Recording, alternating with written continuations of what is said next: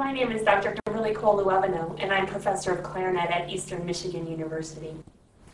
We know that the embouchure formation is directly related to the tone quality. Certainly, embouchure formation is something that professional clarinetists continue to refine and develop throughout their professional careers.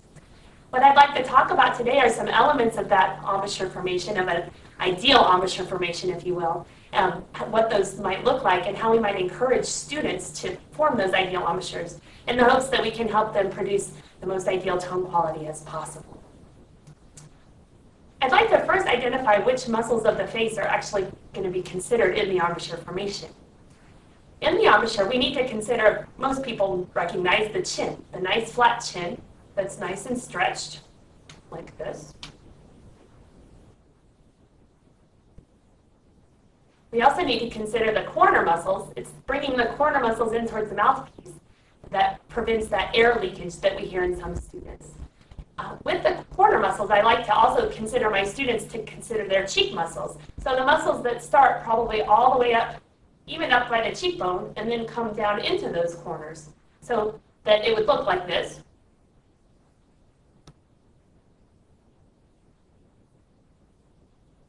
And I have my students actually take their hand and feel that those muscles are connecting to the corners and how those are working. We also need to consider the upper lip, which needs to be flat and smooth.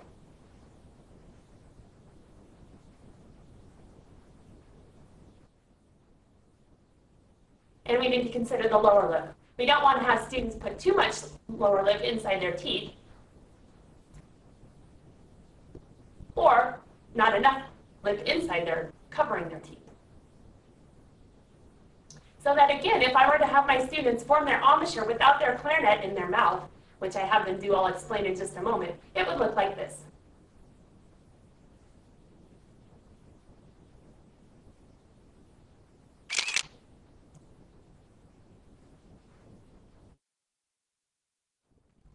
In instructing my students about their embouchures, I always like to encourage them to form their embouchure and have an idea of what that feels like without the clarinet in their mouth. And then they just take the clarinet and insert the clarinet into that setup, rather than putting the clarinet in and then finding something to adapt to their mouthpiece. I like them to have a sort of process, a procedure by which they form their embouchure that they can follow, so that they follow it enough times that it just becomes second nature to them. I'm about to share that with you.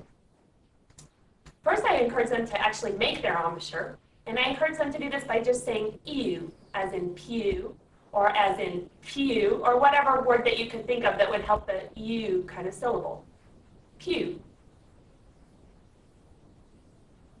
I like this because this helps to set that really nice flat chin and just to get things in the general idea that we want to have them.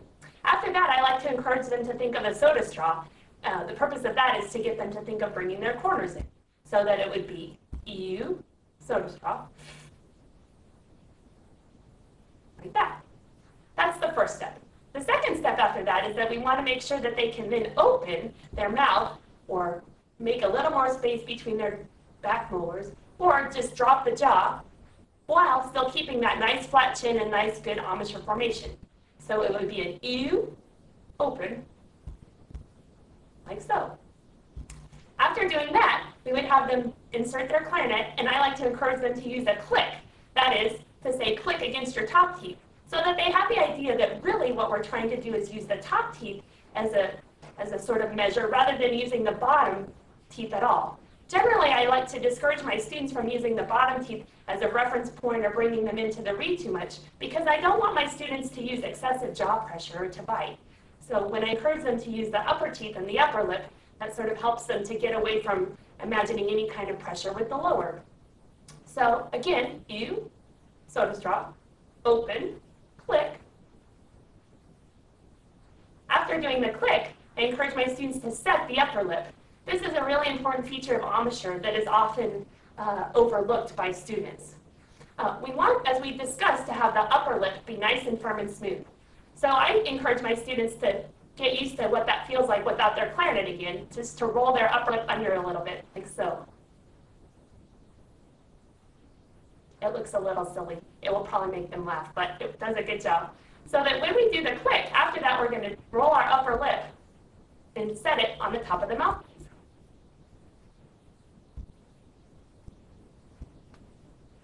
we do that, then we'll want to close, which would be the fourth step of our formation. We're going to close and bring the lower jaw and lip back up into the reed without allowing it to collapse. So as a review, it's going to be an embouchure formation, U, soda straw, an open, lowering the bottom jaw, a click against the upper teeth, and with the click, then we roll under and set the upper lip, and then we close and bring it back.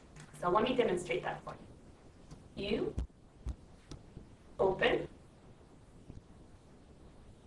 click, roll, close.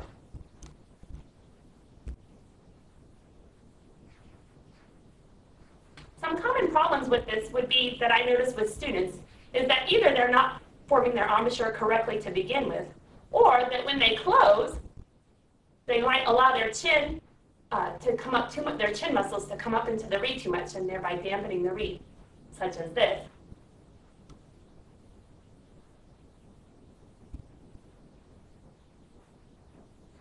Or they might not be able to keep their embouchure when they open their mouth. They might just make the embouchure, and then as soon as they start talking, the chin muscles get kind of mushy, for lack of a better word. So we want to encourage them to be sure to keep that the whole time. One exercise I use for my students is if they can make their embouchure and make that nice taut chin, and then open and close their mouth while keeping it, so that they realize that the jaw opening and closing really doesn't have any relationship to what their chin muscles are doing. Or if they can make their embouchure and talk at the same time they're using their embouchure, again, they're realizing that the chin muscles can be isolated from their jaw muscles. Sometimes I have students that the minute they start to blow on their clarinet, that's when they lose because of the back pressure created. So my solution for that is if students look fine for everything else and they can get to the whole procedure to where they're starting to blow, then what I would do is have them do the procedure. So make embouchure, open, click, close. Just blow air to start with. And usually they can do the air without any problem. Gradually increasing the air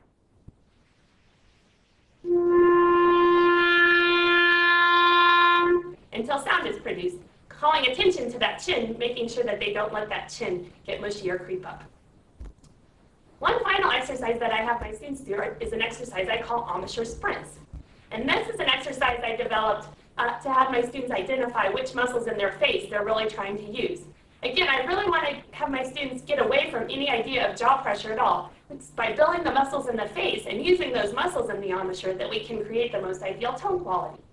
So I have my students form their embouchure, as discussed, and then just hold it for a period of time, such as 30 seconds or 60 seconds, as they're able. They hold it for that period of time, then relax and stretch out their muscles, saying ooey, ooey, and hold it again for another 30 or 60 seconds, and then ooey, ooey. So until most students tell me that they will feel sort of burning sensation right in these muscles right around their face. It's also possible to do that exercise with the soda straw.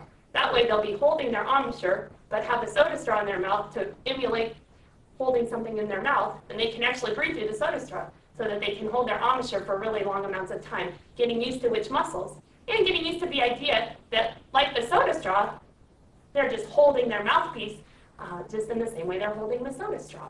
I hope this has been of some use and that you will feel more comfortable in helping your students achieve their most ideal embouchure.